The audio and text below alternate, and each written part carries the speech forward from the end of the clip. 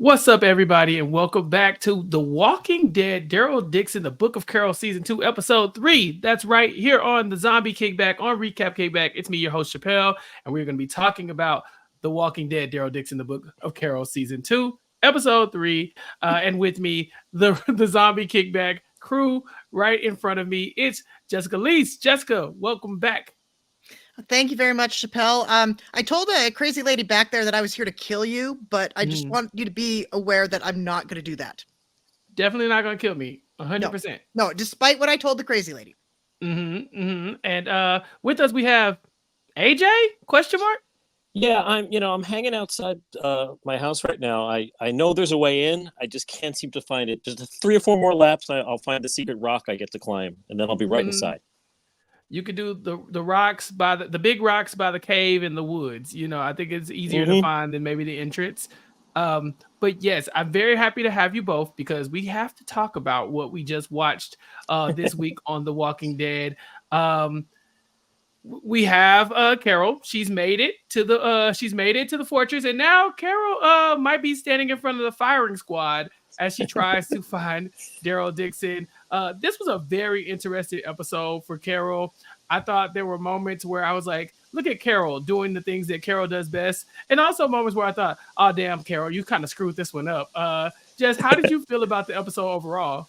Well, I thought it was too easy for Carol, and then I was relieved to find out that it was not too easy for Carol. She basically just kind of shot herself in the foot there. It was a nice try on her part, but I think Janae's got her outmaneuvered, and I kind of like watching Carol get outmaneuvered for once.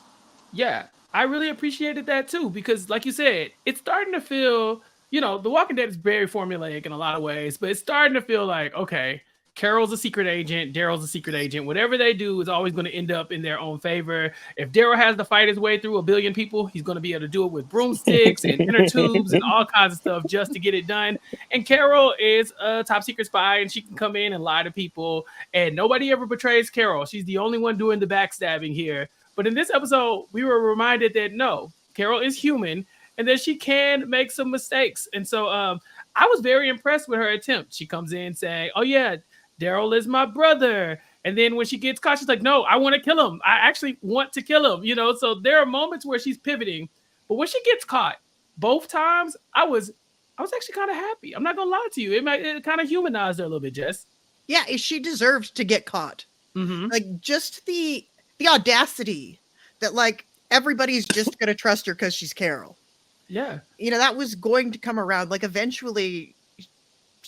I know that 99% of the world's population has been wiped out, but, there still might be somebody that can outmaneuver you.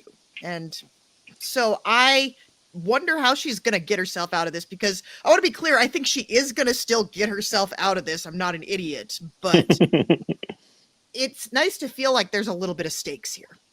A little bit. AJ, Carol's whole thing at first was, I'm here to see my brother. That is my thing. And then she gets backstabbed by her new homie, Remy, who's trying to get to Julian. And I'm sitting there thinking, man, this guy sucks. I can't believe he did that to Carol. But when he looks at Carol dead and just deadpans, oh, you wouldn't do the same thing for Daryl. I was like, well, Carol, what you got to say about that? AJ? Yeah, no, I was very happy that the episode ended how it did, because, I was so frustrated that all of Carol's machinations, this was just so easy for her. This whole was like, oh, no one can get out the location of where Daryl is hiding? I'll get it. Give me 2 seconds talking to the tattoo guy. Yeah, I know where he is now. Cool. And then it's like, okay, well, I'm going to just go with you. Oh, yeah, no, I'll take you right to Daryl. I'll take you. No problem. In fact, I'll explain everything along the way, and I'll treat you like you're my second in charge, because I was like, wait a second. Are you seriously? What leader in the right mind would take Carol along and, fill her in on everything? And like, she watches the experiments, and they're just like, hey, don't watch our secret experiments. Just walk over there. like no repercussions or anything. And I'm just Let her off with a warning. Yeah. So it's just like, it was so nice for like the tables to finally turn it in and go, oh no, I'm going to get you exactly what you want, and I'm evil, by the way, and enter the fire line. It was such a relief, because otherwise I might have said, you know what, guys, this is my last episode. I can't do it. Yeah, it's the zombie apocalypse has gotten a little bit too unbelievable for me. No, I agree 100%. I did like Carol's second tactic. You know, when she's caught by Marion, she's sitting there and she's like, okay, do I lie or do I tell the truth? I'm gonna tell the truth. I got here. It wasn't 13 years ago, and I've been stranded in Paris this whole time. It's that I got here 2 days ago. I came here to find Daryl Dixon. I'm being completely honest. I manipulated a guy. I got his plane. She's being so honest, in fact, that she explains the plot of the first 2 episodes, and in the process, you know, we get to hear out loud how preposterous it is that she's here. I love that part of it. I love that Marion bought it too. Yeah. She was like, okay, girl. And then I went to Greenland, and there were these crazy researchers. They were going to use him as a sperm donor. I'm like, yeah, that was actually the plot last week, wasn't it? Yeah. That really happened. The writers are looking at themselves like, yeah, that is funny. If you say it out loud, then it does kind of sound kind of crazy. But she pivots. She says, yeah, and I'm here to kill Daryl Dixon. And I was like, okay, Carol, I wasn't expecting that. But you're right, AJ. There was a moment where I was like, is this going to work? Is this really going to work? Like, yes, we're going to take you to the fortress. We're going to drop you off so you can be the one to kill. We owe you that much, Carol. We just owe you. Well, there are seasons of The Walking Dead when that would have happened. Yes. Because something that The Walking Dead has been really bad at is the interiority of every single character on the screen. Mm-hmm. Because we get a lot of like, this character shows up, and because it's Rick Grimes or because it's Carol or because it's Daryl, everybody else falls in line and treats them like Daryl or Carol. It's like, these people have no idea who the F these people are. Carol shows up. It's like, she doesn't have a reputation that goes all the way to frickin' France. She's just some rando lady who showed up, and Remy doesn't owe her anything. They met 2 days ago. I'm Remy. I do the exact same thing because I don't know who you are. My husband's over there. And same thing, like Marion has no reason to be like, oh, well, that's a pretty good story. I'm just going to scuttle all of my pre-existing plans to get to Daryl. And I also like that it seems like she kind of knew that they were going to Mont Saint-Michel. Like, she figured it out on her own, because that was like, that pocket watch with the picture was sitting on her desk for like weeks, and she wasn't figuring it out. I think we got it. I think we got it now. Thanks, Carol. She's had it for a while. Yeah. Yeah. You make really good points about these. Like, we know we're not going to get any really big character losses. So when they come in and they're faced with all, like, the three of us, none of us are even remotely concerned about Carol at this moment. Not even a little bit. Ended in a cliffhanger. She's staring down the barrel of several guns, and we're just like, so anyway, on the next episode, I'm sure she'll be out of this somehow. I think The Walking Dead has gotten predictable in that way, in a lot of ways, honestly. And so this definitely was a refreshing take on it, because on the flip side, there's another character who just has immunity for some reason, and it's Daryl Dixon. Daryl Dixon fought his way through an army of religious zealots with nothing but just like household items. He threw a knife at somebody. It was very impressive. But why is he still alive? They've captured the man. Why have they let Daryl live this long? Why didn't they shoot him? Why they were like, 4 guys had guns pointed at him, and they just didn't shoot him. Why? He doesn't have anything they need. No. Just shoot him. He has nothing they need. It's not like he absconded with Laurent, hid him somewhere, and has now come back, where you could maybe rationally argue he's the only one who knows where Laurent is hiding, so we need him alive. Otherwise, we'll never find our Messiah. No, Laurent, for all they know, is hiding in another cubbyhole somewhere in the place. They don't know that he's actually gone yet. So, I mean, yeah, I love the first-person shooter kind of Bourne Identity magazine fighting that he's doing. But, yeah, he should be dead. He should be dead. Period. Yeah. Period. Shoot him. Just shoot him. It's funny because had he been the only one who knew where the Messiah was hidden, and that would have been so typical of The Walking Dead. Like, wait, you can't kill me because I know the thing that you need to know. So I'm definitely necessary. Daryl even tries it. He says, wait, I can take you to him. And they're like, Daryl, please. We've moved on. We've moved on with life. I just don't know why he keeps getting away with this stuff, but that's the show. It's Daryl Dixon, season 2, The Book of Carol. They're not going anywhere, Jess. They're not, they are, the names are both in the title. So, yes, unless you're like, and there's very few circumstances where you can get away with having someone's name in the title of the show and then killing them off. So this will be tough. Yeah, it almost never happens. So who doesn't have plot armor though, and who I was very worried about this episode was Isabel, because we got the scene where they talked about the happy place that they're gonna go to afterward. And I'm like, usually when you talk about the happy place you're gonna go to afterward, there is no afterward. Why is the happy place Ohio? Why? How did we end up here? What? That is my big. Gen Alpha. Gen Alpha has a whole thing about Ohio. What is going on? Why Ohio of all the places? Il mange le chien. Il mange le chat. I was like, you're gonna go back to America to go live in Cleveland? Well, isn't that where the Commonwealth is? Is the Commonwealth in Ohio? It? I don't know. I don't know. I thought Pittsburgh, but close enough. No, Princess was in Pittsburgh. They went through Pittsburgh on their way to Ohio for some reason.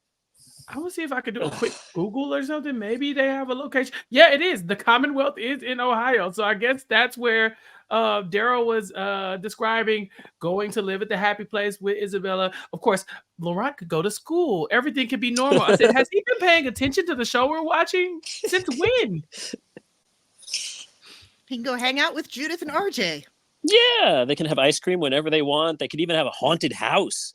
Ooh, that's fun. Remember that episode? Ooh. I do remember that episode. They can go steal a bunch of cash, which has value in this world. Yes. Yeah.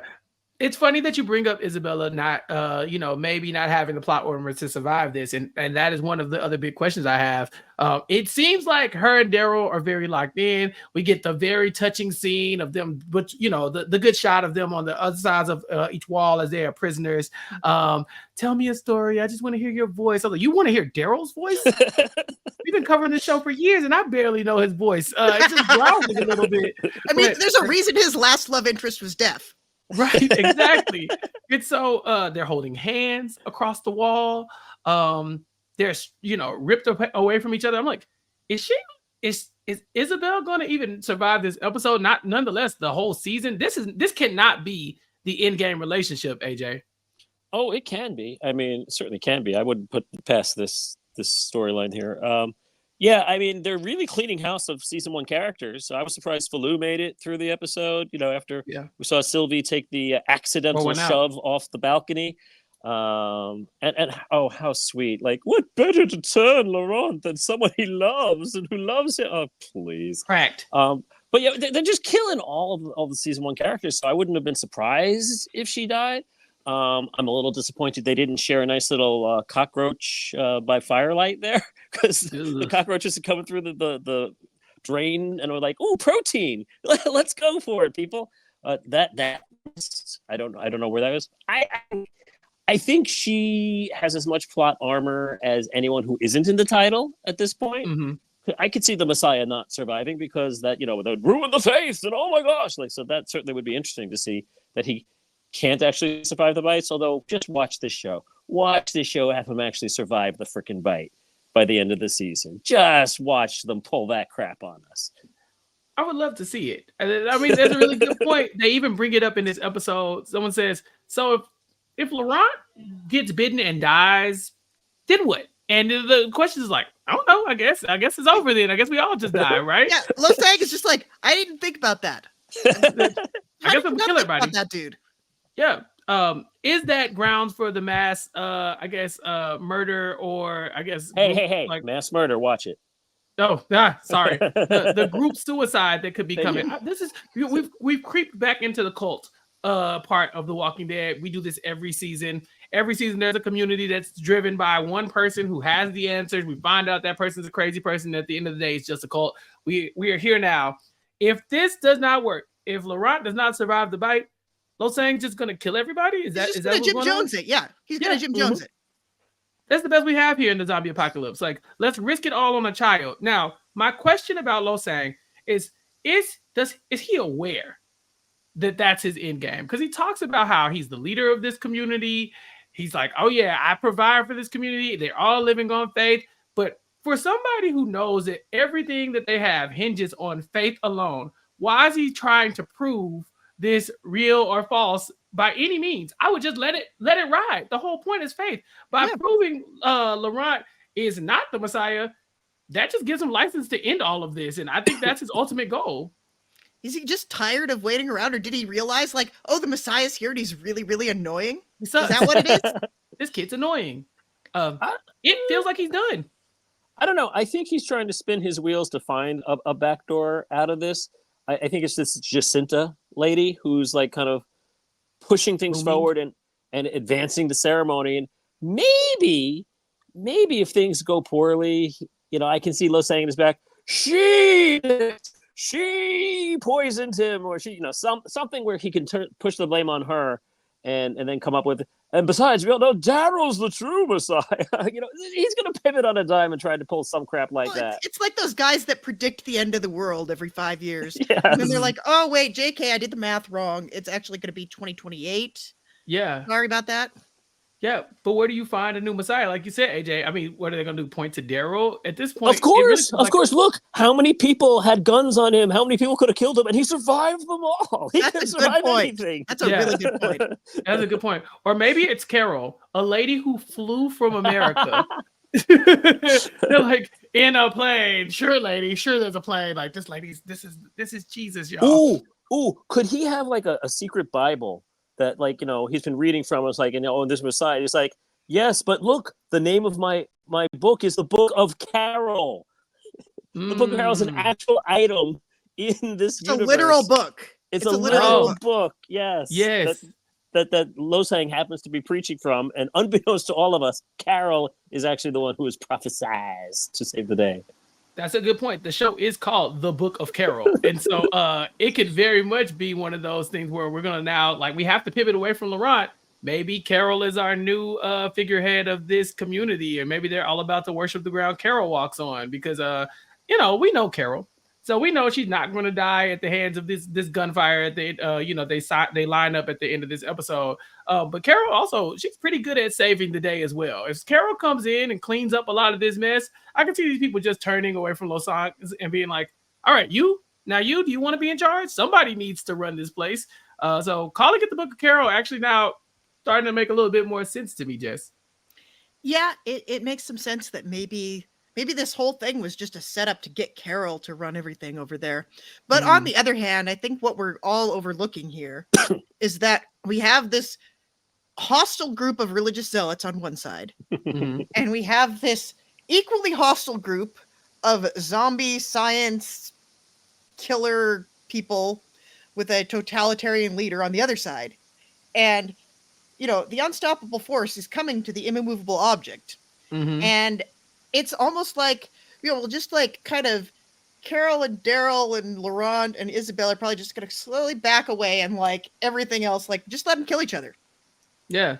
And we won't be sad about it now, war. because narratively we have just established that we don't care about what the Union does because they're all crazy. Yeah.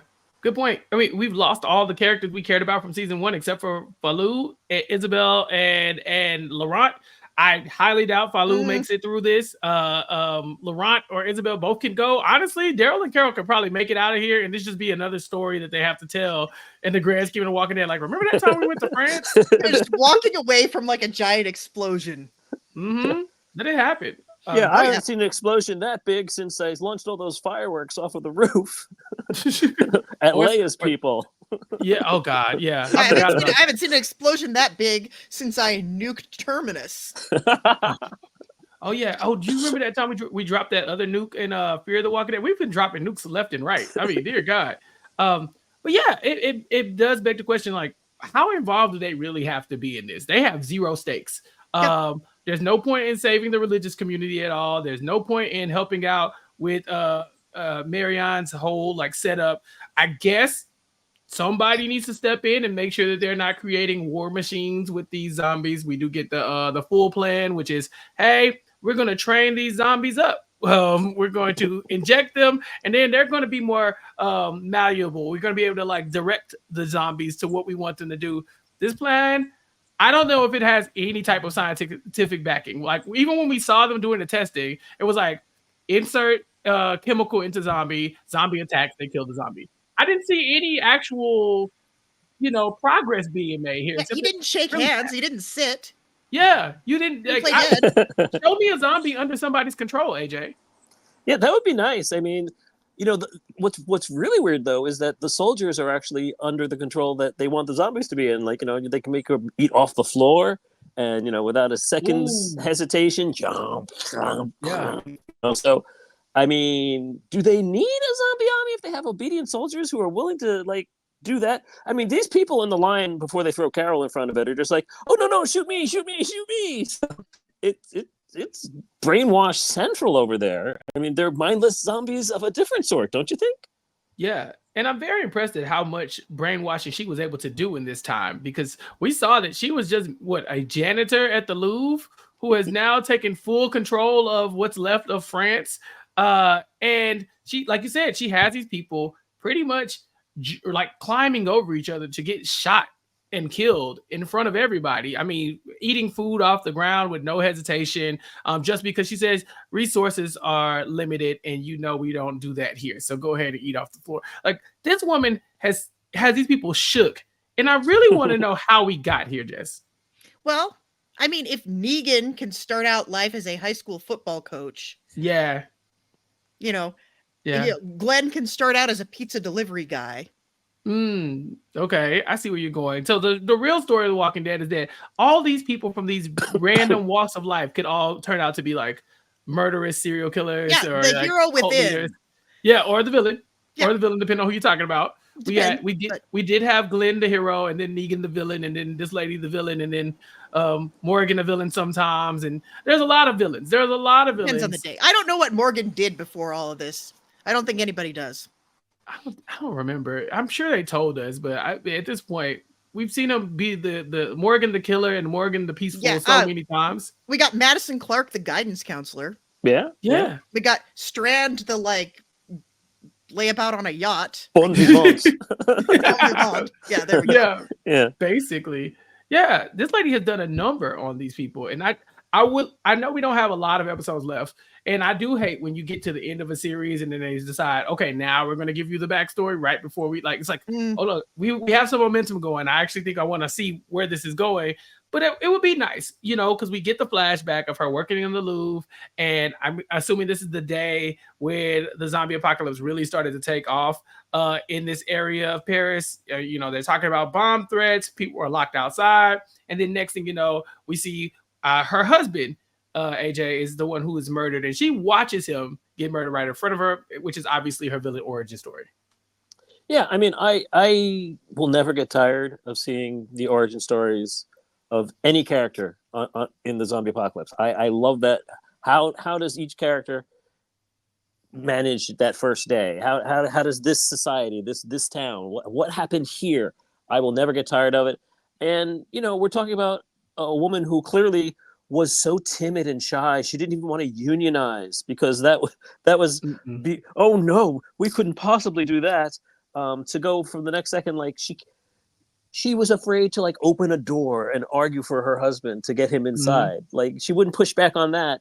And now she's like, I will never not push back ever again. So you could see it. I don't buy that would have turned her around immediately, but 13 years down the road, sure, I can see where that defining event could have shaped her into this kind of like bizarre, oh, I will tell you whatever you want to hear, and you will do whatever I tell you to do. I mean, it tracks that someone that anti-union would be so cavalier with lining people up and shooting them. Yeah. She tries to tell Carol. They have a moment, right, where Carol's doing her whole like, I'm here to kill Daryl, and you could never imagine all I did to get here. And I think she tells Carol like, yeah, us women, we need to leave this baggage thing behind. We can't let this stuff be the reason why we're holding these grudges and stuff like that. We have to forgive ourselves for all our losses. And the whole time I'm sitting there thinking, okay, well, isn't that why you're here? Like, aren't you still carrying on? Like, I'm assuming that the villain origin story has to do with how you are acting right now, ma'am. It doesn't feel like you let anything go, as far as I was concerned. Maybe I missed it. She's out caroling Carol. She's Mm-hmm. playing the yes, I'm in charge here, but no, I'm a sweet person. I'm the woman who is sticking up for the. You saw me earlier. You saw me sticking up for the cleaning lady. Like I care for the common person, the little person, the frail woman who all of us women are frail, and she's totally playing that wolf in sheep's clothing that Carol loves to play, and I don't think we saw it, so I do think it worked. Jess, you don't think this is a feminist icon? I mean, I respect her rise to power. Mm-hmm. I think she's a little bit short-sighted in some of her ideological thinking. But yeah, I'm not mad at the using people's preconceived notions against them. I kind of like it. Like, she has some good points, actually. It's just the whole murdering perfectly able-bodied individuals in the name of letting them be crazy wild zombies for 5 minutes. That's a little bit sus. Yeah. And what exactly is her plan when it comes to building the army? Because she talks about the Union and how there's a there's a war coming, but is it literally just to weaponize a big stack of these zombies to just, what is she trying to do? Conquer Europe? Like, what's her goal? Yeah, well, especially because half the time I think it was because the zombie was old, they injected him with stuff and his head just exploded. Yeah. Yeah. How long does this stuff last? Are they if you get a really fresh one, are they just going to be wild forever? But why don't you just round people up and transport them to the place where you want to attack and then shoot them up and then turn them? And then that's kind of what she's doing here. I mean, with this latest case, she's all right. We're here. All right, let's inject them and go that way. Point them in that direction. I mean, you need to throw a stake in that direction to get them to follow it. Yeah, but it's not that much different from all the stuff at the sanctuary where it's oh, here come all the walkers coming on in. It's the same playbook. It's just they happen to be juiced and on steroids. Yeah, they definitely were using the herd mentality, right? Of the sanctuary. It was okay, let's bring them all this way. They've been doing that since very early on in The Walking Dead, really trying to get a horde of walkers to go do their dirty work. But unless she has really figured out how to get them to follow instructions, turning them outside the gates of the door, of the fortress, is okay, now you got to get them up that hill and through the door. Yeah, and also they were just standing right in front of them. What are they gonna do? You have to be close enough to shoot them up with the zombie juice. And she didn't really there's no Temple Grandin zombie slaughter shoot here. She's really not, it doesn't seem like a very good plan, honestly. Yeah, and they're fast. These are the fast zombies that are supposed to, I think they call them the burners as well. The ones that can blow up, or maybe they can run really fast. Bro, you get the super zombies and you're standing in front of them shooting them, and not with the intention of killing them, with the intention of using them. And I just don't understand what keeps them from now attacking you and leaving you to be, today's dinner. So I have a lot of questions about this in general. And even once she gets through the fortress, then what? Now does she just go back to all right, I got my army of zombies. I got them herded in a little cage. Where is she going with this? And what's the motivation, AJ? I have nothing. I mean, Belgium. I don't know. I don't know. It doesn't make a lot of sense. I mean, I can see her using the utility of using them to get rid of this group of people who are the ones who are specifically out to get them. That makes sense. Beyond that, I don't know. Is that enough for her? Is that enough for her to say we can live in peace if nobody bothers us? Yeah, maybe. But I mean, you'd still have to control them after the fact, and like you said, there is no data that shows that they have mastered the art of proper injection amounts and proper containment after the fact. Yeah, it's they had one tiny taste of success. They're okay, we're good. We could do this. We could scale this up immediately. Yep. That's not how science works. You need to replicate your results several times over. And I mean, our friend the Croat said it the best. People are a resource. People are resource. Come on, Daryl. There's my guy. Yeah. we bring back the Croat. So I want to talk about Sylvie because pour one out. I think this might be the biggest character death we've had in The Walking Dead in a while, which is strange. But Sylvie goes out praying for Laurent, praying for strength to kill people so she can protect Laurent, and then trying to ring the bell on what exactly is going on. She's running around yelling, they're going to kill the boy. They're going to kill the boy, before ultimately she accidentally falls to her death at the hands of these other religious folks. And life just goes on. Nobody seemingly cares that we just watched Sylvie get thrown off the balcony, Jess. Yeah, this was weird to me because I feel like somebody would have been paying attention. Like, maybe we should hear what she's got to say. Right. Like, this is a little bit weird. She shows up. She's with Laurent. She's very concerned they're going to kill Laurent. Maybe I should be concerned. Like, they might be trying to kill me too. Mm-hmm. She didn't have enough faith, AJ. Well, and like there was a way to go about this. I mean, obviously she's put two and two together. She's figured out, oh, you know what? Laurent's in danger. You don't then run around screaming to everybody, hey, Laurent's in danger. Come help me sneak Laurent out of here. Yeah, come help me sneak him out of here.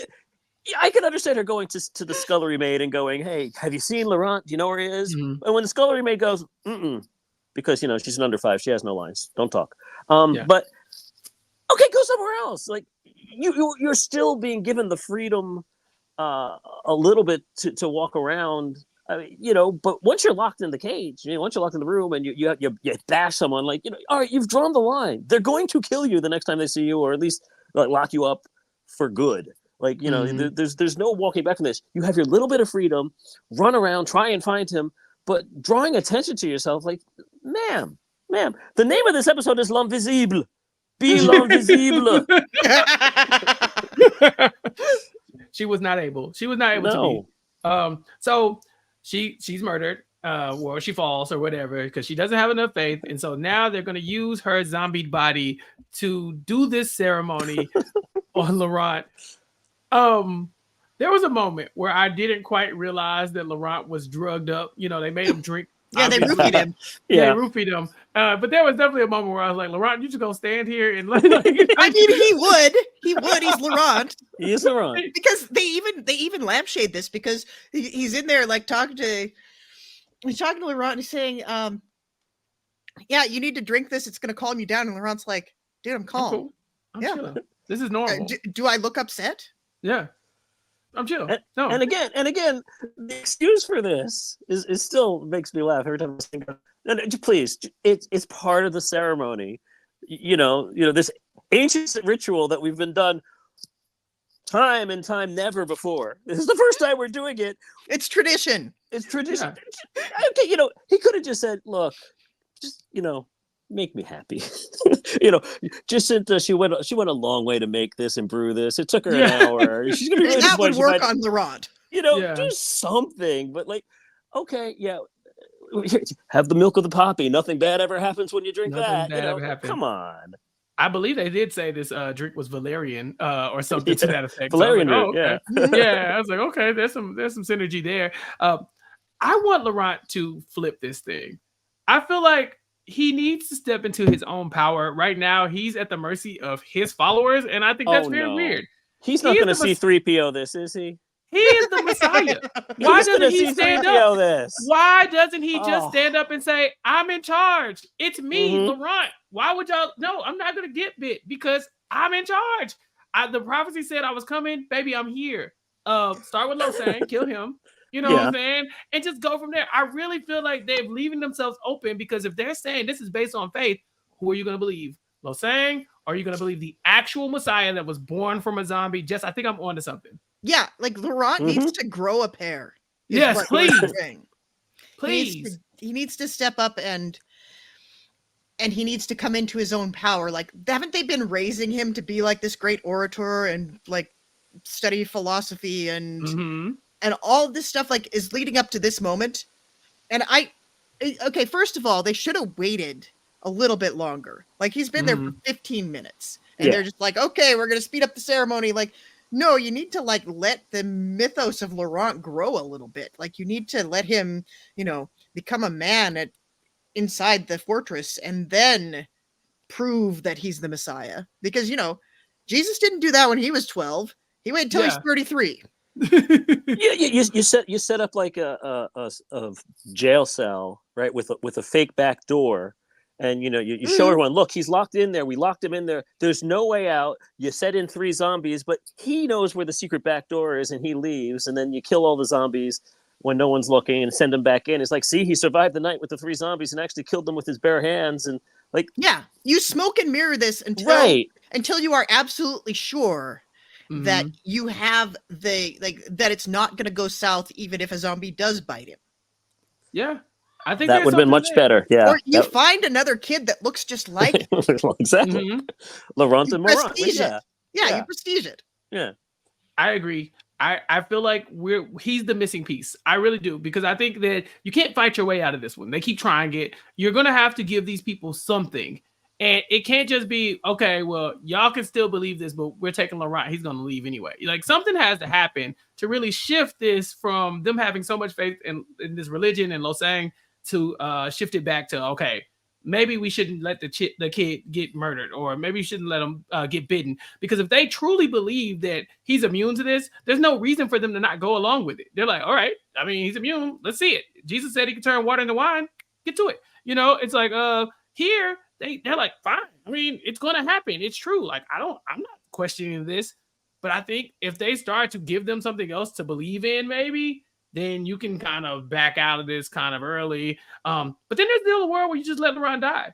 You let it happen. And then you get the hell out of there. You know what I'm saying? Their worlds will be torn asunder, but we don't know these people. AJ, we just got to Paris. It hasn't been 13 years. It's literally been 2 days. Let's get out of here. Yeah, I mean, I could see Laurent maybe manning up enough to tell Flu, like, no, we're not running, we're going back, and maybe the 2 of them cause some sort of distraction that gets Carol out of her shenanigans there. But most of them are still going to get shot. Most of them are still going to get injected. And maybe wouldn't it be just great if, like, they save Carol and then all these fast zombies just maul Laurent to death, and then everyone inside. They're about to kill Daryl inside, and the horde, led by now Laurent as a zombie, distracts them all, and that's what saves Daryl. Wouldn't we all love that? You know what's more likely, though? Here's what's going to happen. Now that you've said this, I know what's going to happen. Oh, okay. Excellent. So they keep saying the zombies are going to listen to somebody. The zombies are going to listen to non-zombie Laurent, because he's the zombie messiah. He's just going to get up and hold his hand up and part the waters of the zombies, and the zombies are going to obey his commands. He's going to Kylo Ren / World War Z. Yes, he is. Oh, okay.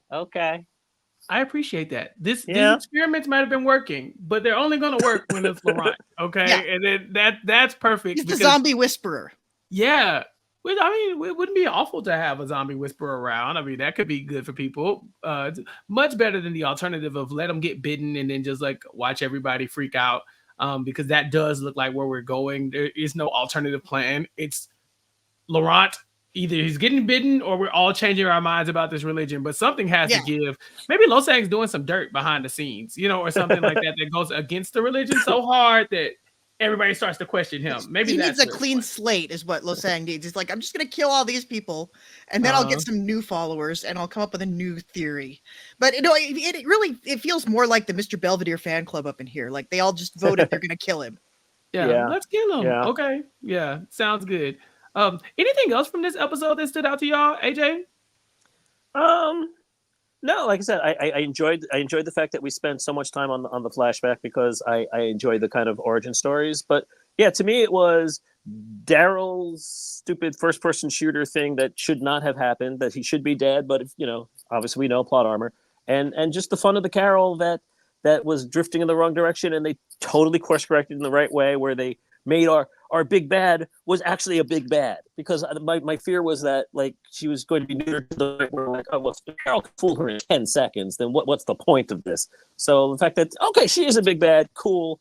We know that Losang is not necessarily threatening, but at least he's doing some evil stuff there, and we'll see what this Jacinta's like. But yeah, I like the course it's going there.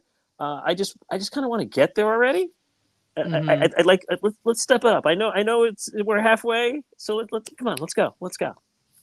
Jess, any world where Jacinta is the real big bad here, and we're just like buying time till we get to her? I don't know anything about Jacinta. She's the final boss, always baby. She has a name. It's going to be one of those like beta situations where it's like, oh, we killed Alpha and now we got to go kill Beta because he's the real boss. But like, at least with Beta, he had a backstory. I don't know anything about this lady. She's just kind of hangs out and like has a nice braid. And sometimes she makes apparently some kind of apple tart that gets fed to Laurent. I presume. She's there, so I know something's going to happen with her. At least I hope. Yeah, she's got a name now, and so maybe we killed off some people. We got some room to like give her some backstory. So like, if she's gonna maybe mount some kind of coup, that could be interesting. Yeah, but she might just be a lackey. She might just be like Smee to Losang's Captain Hook. I don't really know yet. I don't have. Yeah, I mean, remember when we were at the, at the final season of the show proper, and it was just like, oh, and she's the big bad. No, okay, but maybe he's the big. No, maybe they no, and no one ended up being the big bad. No big bad. Was like, there is no big bad. Dispatch. I mean, I would love to see like an entire episode, and I will press pause now. And give me like that 20-minute backstory on who Jacinta is and how she's actually tied into people that we already know, or there's something like bigger going on here that we can explore over the last few episodes, and and then the second half of next week be the Carol is rescued, Daryl is rescued, and now it's full on war. Like that would be fine with me. But if we're not going to address it like right now, and it's just going to be, hey, Losang's dead, hey, Janae's dead, hey, let's go back to America. Like, what was the point of this? Yeah. What's the red witch lady from Game of Thrones? Melisandre? Yeah, I think it was. Mm-hmm. She's like behind Stannis Baratheon going, you should do this. You should definitely, you should sacrifice your child. That's what's going to get them. And your wife. You should do both of those things. Matter of fact, you should go attack right now. I'm telling you, the ice will melt. All you have to do is kill your kids. And everybody's like, dang, Stannis, you suck. Stannis like, oh, man. Well, that red lady told me, and then she's just gone. I really feel like Jacinta she's in the position to do something like that, right? She's pushing for this show of faith to make sure, okay, if Laurent is our Messiah, prove it. If they go through with that, everyone's gonna look at Losang and be like, now what? And Jacinta is gonna be in a good spot to be next up. I think that they can really pivot to where, like y'all said, Alpha and Beta, I think is a great explanation. I think we've done that before in the past where you think this isn't a bad guy, but there's just another question, more crazy person waiting in the wings. Question for you, because I haven't been paying this close attention. Are we Tyler Durdening this? Is Losang and Jacinta the same person? Club. No, God. No, I've seen them on screen at the same time. No, we've seen them on the screen time, but has anyone else talked to her? Oh. Is this just in his mind? Yeah. This is like, oh wow. Okay. You have my attention. Could we have something there? Yeah. Or is it like a woman in the window situation where she's been dead the whole time? Yeah. Is there something like, because I don't recall her having this, and we changed the plan, we moved it up, but she told him that. She told him that. Yeah. I think there's something there because they always show her. It's like whenever he does something, they cut to her like looking over like approvingly, like, yeah, this is a part of my big plan. And I can't figure out for the life of me why we have to keep dealing with her in any way if she's not going to be, important. She doesn't do anything. Yeah. So I feel like she needs to be important to the story in some way. So I'm very excited to see like what maybe they can do with that character if they decide to go that route. I'll be very disappointed if they don't, because right now I'm looking for any situation where this can make sense as far as what the outcome is for Laurent and this religious community. Is it just they're never going to find out about Laurent because Marion's going to show up with Carol and kill everybody? What exactly are we doing here? Why are you giving us this storyline if it's not going to have an ending that will either allow us to move over to the next The Walking Dead series or to continue The Walking Dead Daryl Dixon? I don't know if we've been given any word about there being a season 3, Jess. Have you heard anything? Haven't heard a thing. The only thing I've seen is that on the IMDb there is a season 3 episode 1 placeholder, which they don't always do. So maybe. Yeah. And there's a non-zero chance we're not even in France next year. So or next season. Yeah, there is that. Be in Springfield, Ohio. Sigh. Jess, anything else from the episode that you want to talk about? I want to talk about the actual set piece inside the Louvre because I thought that was really cool. I thought it was beautiful. They really got to shoot in there, which is amazing. Mm-hmm. And also the fact that when the zombie apocalypse hit Paris, the first thing they did was lock down the Louvre to protect the art. I felt like that was a very French thing to do. Very and French. It was very much in keeping with, like, they've really thought out this universe, like, what would be different here as opposed to in the US? Because I don't think the US probably didn't care about their art quite as much. Yeah. What is our most prized piece of art here in the US that we would just have to save, right? Because we Declaration of Independence. Yeah, like we would just have someone would just have to go get it and put it up on a wall and put it in a dining hall. We certainly did that. We already went did on that field trip in the province. Oh yeah, oh yeah. We did that one already. I thought it was fascinating that she went and got it. Like as someone who's like, it would never occur to me. Like the world is ending. You can do pretty much whatever you want as long as you don't just get killed in the making. Go for it. My idea would not be, and honestly, it's very impressive that was her idea. I mean, amongst all the French people, she's the only one who came up with, or at least the first person who came up with, why don't I just go steal the Mona Lisa? I can take it. I'm gonna stop Yeah. it. I mean, there's a lot of art in there. Yeah. That's the first one I'm going for. Ooh. In the Louvre? Probably for me, because I don't think I could identify a lot of other paintings in the Louvre. I'm trying to remember what else I saw in the Louvre, because it all kinds of runs together, like, because I've been to the Met a lot of times. I've been to the Rijksmuseum. I've been to the Louvre. Yeah. I feel very jaded by this, but the only other one I can remember in the Louvre is the one of like the two topless women and one of them like tweaking the other one's nipple. Might steal that one first. Might not have been on point for her brand though. Probably not. No, not for Janae. Yeah, I mean, we saw in the Fear universe that Strand fell upon the art collector, in the tower. So I mean, Mona Lisa is also really easy to move around because it's like that big. Yeah, well, like the Scream, Edward Munch's The Scream is also very, very tiny. It's not as big as people think it is. And I would go for Christina's World by Andrew Wyeth. That's a good one. Yeah, that'd be my steal a painting if I had one. Would you feel like the painting was mocking you? Because I feel like Marianne, she doesn't really love the Mona Lisa like she says she does. She's kind of like, yeah, there's something behind that smile that's really starting to get under my skin. It feels to me like there's a secret beef here. And so she stole it, kind of as her last gotcha to the art. Because I don't know. To me, it didn't feel like she had a lot of reverence for it. It just was like they were always making eyes at each other, her and the painting. I don't know. That's how it came off to me. Yeah, it's more like she just did it to say she did it. I don't think she. It's almost like people that put an Oscar in their bathroom. Like, we want an Oscar. I'm just gonna put it in my bathroom to show how little I care about it. Yeah.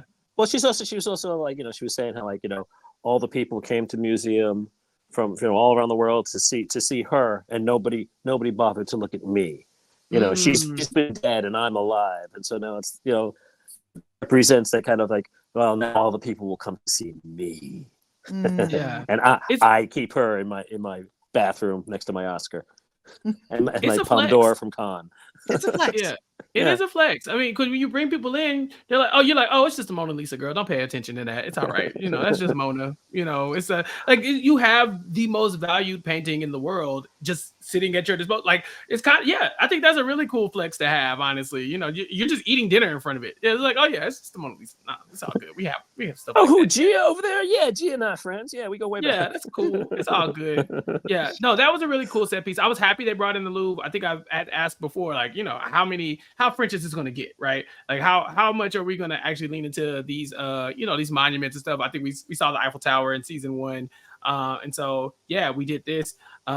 Maybe the Arc de Triomphe will be in season 3 or something, really just start to utilize this. Why would you go to a completely different country, especially like an area that has such a rich history and all these big set pieces that you can use, and not utilize them to their full extent? I mean, we saw what they did with a submarine in Fear the Walking Dead. We've seen what they've done with that big tower that Strand had. You can really make a meal out of all of the stuff in Paris. So I think it was a cool idea that they came here. And the piece about the Louvre and the Mona Lisa, I thought that was pretty dope. Yeah, I think the biggest flex is probably repurposing Mont Saint Michel for your secret fortress. But yeah, well, we don't talk about that enough. They're like, oh yeah, it's just at Mont Saint Michel. What? Really? It's like, just and go down the road. they really didn't go check that. No. Like, oh, that big fortress there. Like, we're not going to check that. Yeah, I Now also we like the fact that Carol's an American, who even if she's been here for a number of years, the tattoo guy is just like, oh, it's a fortress a few miles away. It's a very big fortress. Like, how about name droppage? Because you can look it up in the tourist guide. Yeah. Well, he says it's a fortress 3 hours away, and Carol says, "Okay, great. Let me go grab my horse." It's a few hour drive away. Great. Me and that horse, we'll figure it out somehow. Mhm. Which way? Left? Right? No real direction at all. Just gonna slap the horse and be like, "Go to the fortress." And the horse is like, "Gotcha." Yeah. Unfortunately, she wasn't able to make it out of the fortress because she was backstabbed. So that was cool. The horse was going to betray her anyway. The horse was not having it. No, not at all. This was a good episode. I thought it was cool. I thought, like, in the grand scheme of things, like as a standalone Walking Dead episode, I wasn't disappointed by anything. I just, we know that we're pushing and moving to, what will be the end of this season. Where I think we're probably around the midpoint, right, Jess? At this point, yeah, this is literally the midpoint because we're getting 6 episodes. This is the midpoint. Do you feel like we've now reached? Okay, we're creeping up on the peak of the action. And now we gotta try to stick the landing. I'm excited, but I think that there's probably more to be left in imagination. We wait a long time for these seasons sometimes. I'm kind of like, I don't want to say it's boring because it's not, but I want more. I want more, and I just haven't figured out what exactly it is that I do want. I like that we've had some room to breathe, though. Mm-hmm.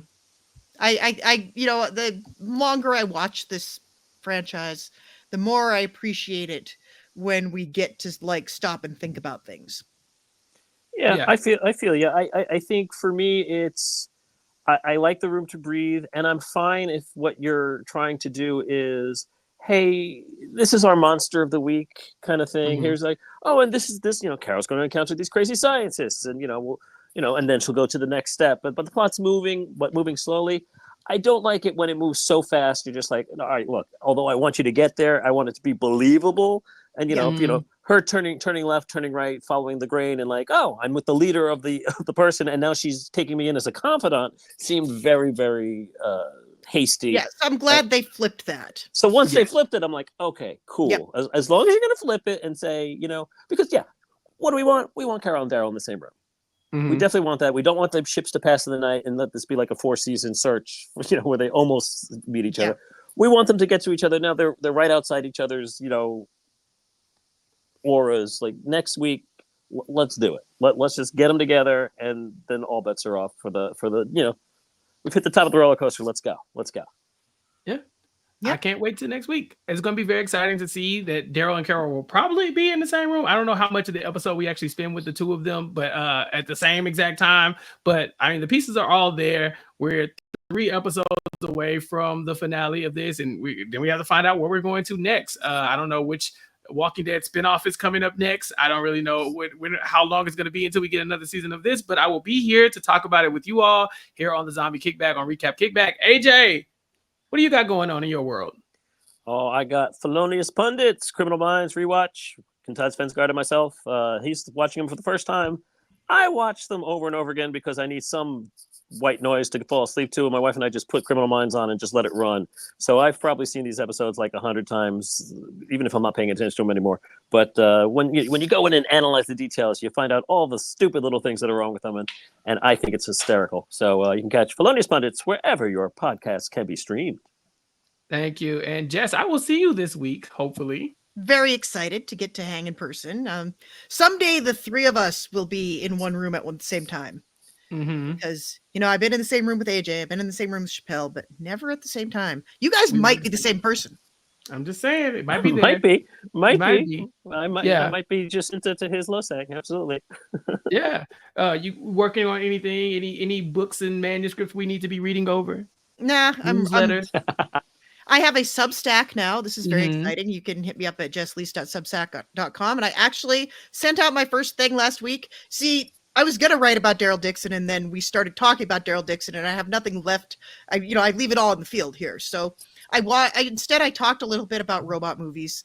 We saw The Wild Robot this week, and I was about to see it, and I talked about how I thought they really screwed the marketing up on this.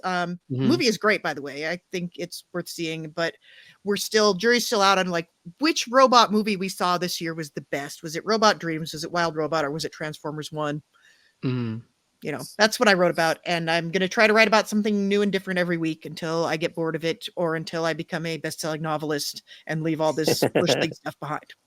Okay, and we'll put the link to your Substack in the show notes so people can find it, and then of course they can check us out here every week as we talk about season 2 of Daryl Dixon's show right here on Recap Kickback.